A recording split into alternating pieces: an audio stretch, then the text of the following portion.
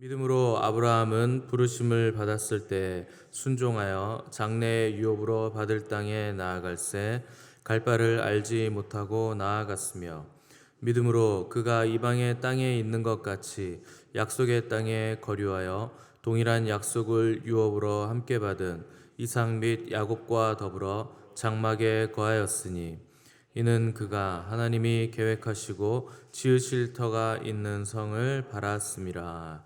아멘.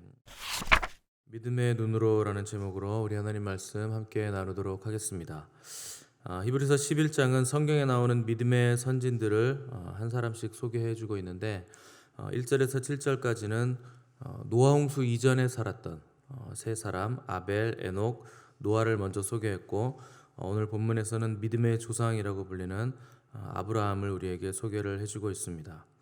오늘 본문을 통해서 아브라함의 믿음은 이 특징은 우리가 네 가지로 살펴볼 수가 있는데, 8절을 보시면 믿음으로 아브라함은 부르심을 받았을 때 순종하여 장래의 유업으로 받을 땅에 나아갈새 갈 바를 알지 못하고 나아갔다, 이렇게 먼저 설명을 했습니다. 우리가 첫 번째로 볼 수 있는 아브라함의 믿음은 순종하는 믿음입니다. 아브라함은 생각만 하거나 말만 하는 사람이 아니라 행동으로 옮기는 순종의 사람이었다 하는 것이 아브라함 믿음의 아주 중요한 특징입니다. 이 믿음의 구체성은 어떻게 드러나는가? 행동으로 드러나는 겁니다. 사람들은 머리로는 많이 믿는데 몸으로는 믿지 않는 경우가 굉장히 많습니다. 근데 이 믿음은 반드시 행동으로 구체적으로 드러나야 됩니다. 그러니까 아브라함의 특징은 하나님이 내가 너에게 지시할 땅으로 가라 했을 때 미련 없이 자기 고향을 버리고 출발을 했다는 것에 있습니다. 사도행전 보시면 아브라함에게 나타나신 하나님은 영광의 하나님이다, 이렇게 표현을 하고 있습니다. 그러니까 하나님은 아브라함에게 그 영광을 보이시고, 아브라함은 하나님의 영광에 취해서 하나님의 부르심에 응답해서 믿음으로 길을 떠났다, 이렇게 볼 수 있는 겁니다. 그런데 떠나긴 떠났는데 갈 바를 알지 못하고 떠났다 하는데, 아브라함의 이 믿음에 아주 중요한 특징이 있습니다. 목적지가 어딘지도 모르고 가다 보면 내가 알려줄 테니 너 일단 떠나라 하는 그 말씀에 순종해서 길을 떠난 겁니다. 평생 자신이 일궈놓은 삶의 기반 다 버리고 갈 바를 알지 못한 채 떠날 수 있는 사람이 얼마나 되겠습니까? 사람들은 성경에 좋은 말씀이 많고 하나님의 음성이 아무리 많이 와도 자기 생각이나 현실에 맞지 않으면 순종하려고 하지 않습니다. 믿음이 들음에서 난다고 했을 때 그냥 듣고만 앉아 있어도 믿음이 생긴다는 뜻은 절대 아닙니다. 들은 말씀에 순종할 때, 그때 비로소 믿음이 자라나는 것입니다. 당연히 순종하려고 하면 저항이 오게 돼 있고 갈등이 생길 수밖에 없는 겁니다. 근데 갈등이 생기거나 저항이 올 때 상황을 보거나 자기를 보면 안 되고 반드시 하나님만 바라보고 앞으로 나아가셔야 됩니다. 그러다 보면 하나님께서 문제를 풀어주시는 겁니다.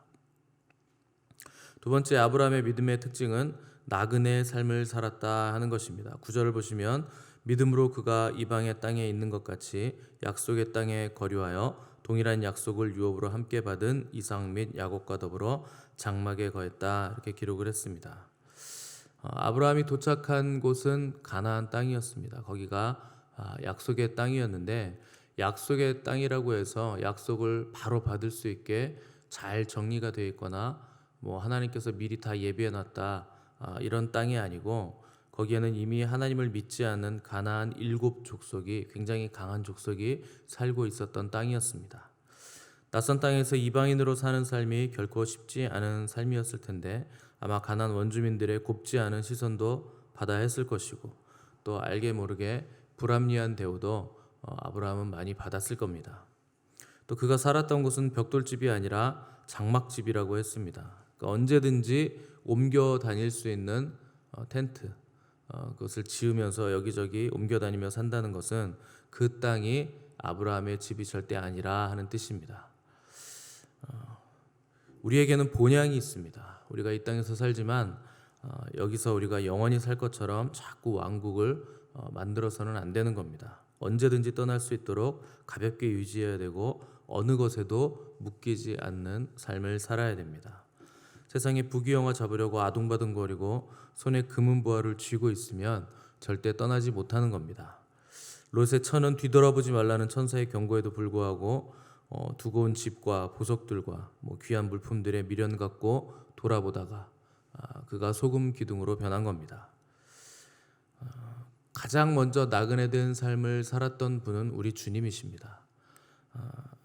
우리 주님은 하늘 보좌에서 인류를 구원하시기 위해서 이 땅에 내려오셔서 땅에서 나그네 된 삶을 사셨습니다. 그래서 여우도 굴이 있고 공중에 나는 새도 깃들일 곳이 있지만 주님은 머리 둘 곳조차 없다, 이렇게 말씀을 하셨습니다.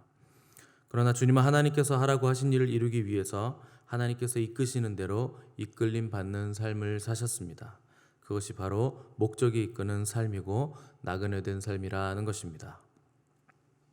세 번째, 아브라함의 믿음의 특징은 종말론적인 믿음을 가지고 있었다 하는 겁니다. 10절 보시면 이는 그가 하나님이 계획하시고 지으실 터가 있는 성을 바랐다, 이렇게 기록을 했습니다.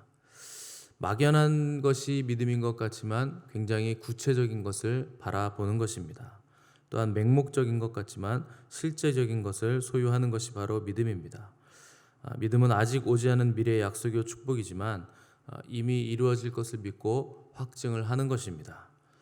만일 우리가 가진 믿음이 우리 생각으로 만들어낸 것이라면 그것은 몽상이고 허황된 꿈일 뿐이지만 하나님의 약속, 그 말씀을 붙잡은 믿음이라면 그것은 지금 내 손에 쥐어진 것이 없을지라도 어느샌가 믿음을 붙잡고 가다 보면 우리가 약속이 성취되어 있고 적과 꿀이 흐르는 약속의 땅에 서 있음을 우리가 알게 되는 겁니다. 아브라함은 하나님이 계획하시고 지으실 터가 있는 성을 바랐다고 했는데 이 성은 단순히 가나안 땅에 자기 집을 짓거나 터를 쌓거나 이런 걸 말하는 것이 아니고 요한계시록에 나타나는 새하늘과 새 땅, 신부가 단장한 새 예루살렘 성을 아브라함이 믿음으로 바라봤다 하는 뜻입니다.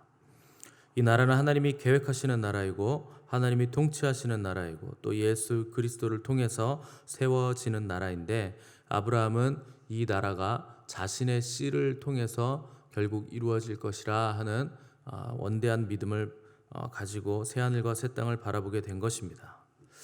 아브라함이 정처 없이 떠나라는 하나님의 명령에 순종할 수 있었던 것도 또 고달픈 나그네의 삶을 살 수 있었던 것도 바로 이 영원한 나라를 보장받았고 믿음으로 그 나라를 바라봤기 때문에 견뎌낼 수 있었던 겁니다.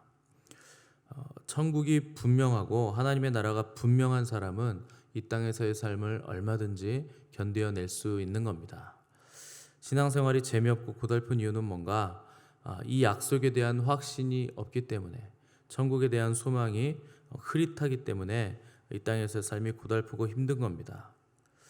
대부분 신앙생활을 시작할 때는 확신이 있고 굳은 각오와 열정이 있습니다. 근데 시간이 지나다 보면 이 확신이 흐릿해지고 열정도 점점 사라지게 되는 것입니다. 하나님만 바라보고 의지하던 신앙이 점점 자기 경험과 지혜를 더 의지하게 되고 또 기도보다도 상식과 이성을 더 추구하게 되는 것입니다. 그러다 보면 정말 이런 게 신앙생활인가? 믿음이란 정말 이런 건가? 더 이상 뭐가 없는 건가? 이렇게 점점 흐릿해지는 겁니다. 그래서 저와 여러분은 어디에서 우리의 믿음이 떨어졌는지 돌아보시고 첫사랑을 회복하는 은혜가 반드시 우리에게 있어야 됩니다. 주의 약속은 더딘 것이 아니라 우리에게 대하여 오래 참으사 우리가 다 회개하기를 바라시기 때문에 점점 늦어지고 있는 것입니다.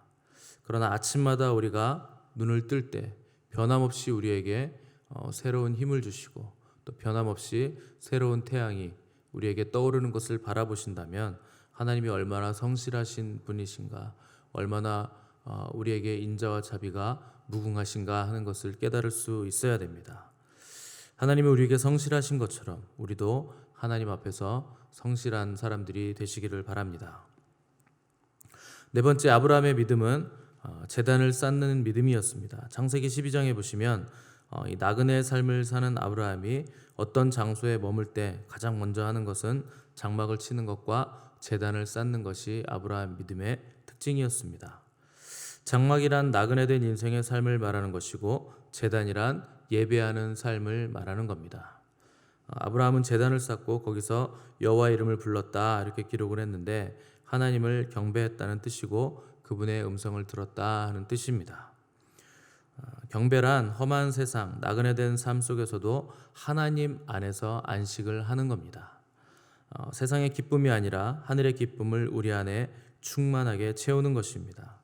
세상에는 피난처가 없지만 가장 안전한 곳, 가장 안전한 위치로 들어가는 것이 바로 하나님의 이름을 부르며 경배하는 것입니다. 어디를 가든지 제단을 쌓고 하나님의 이름을 부르며 경배하는 삶을 살면 기도와 찬양의 그 경계가 사라지고 하나님의 영광과 거룩을 노래하면 노래할수록 나의 기도 제목이 사라지고 오직 그의 영광과 거룩만을 추구하는 삶을 살게 되는 것입니다.